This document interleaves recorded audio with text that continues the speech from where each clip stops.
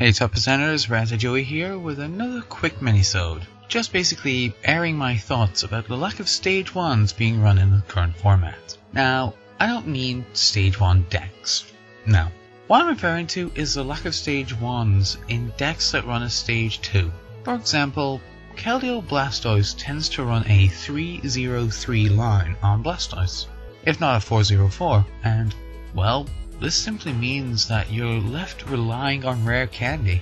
Now of course, Trainlock is nowhere near as big as it was last season, but I still feel that the stage 1 should be there.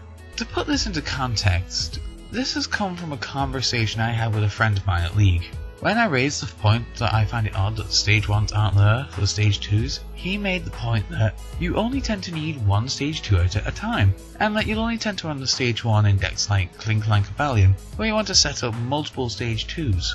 And where I value the point he made, I mean, it was a good point, I still think that the stage 1 should exist in decks like Blastoise Keldeo. Blastoise is a huge part of setup for any Keldeo player, but only setting up one and then only going for a second when the first is knocked out means that you have to change priorities from turn to turn. Got Blastoise? Good, use him. Not got him? Best start hunting for Blastoise and rare candy. And that's the major problem. It's Blastoise and rare candy. Sure, Blastoise is searchable, but rare candy is either in hand or you have to use your supporter to grab it.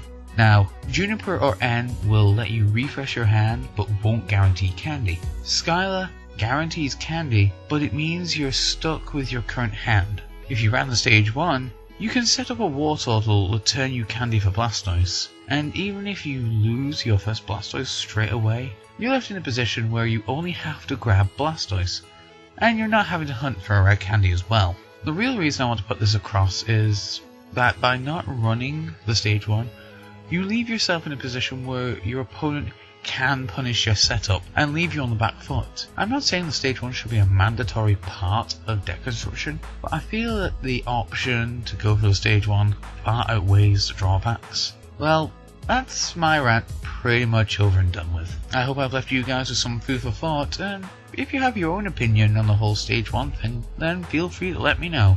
Until next time, I'm Razza Joey, you guys are top %. Peace out.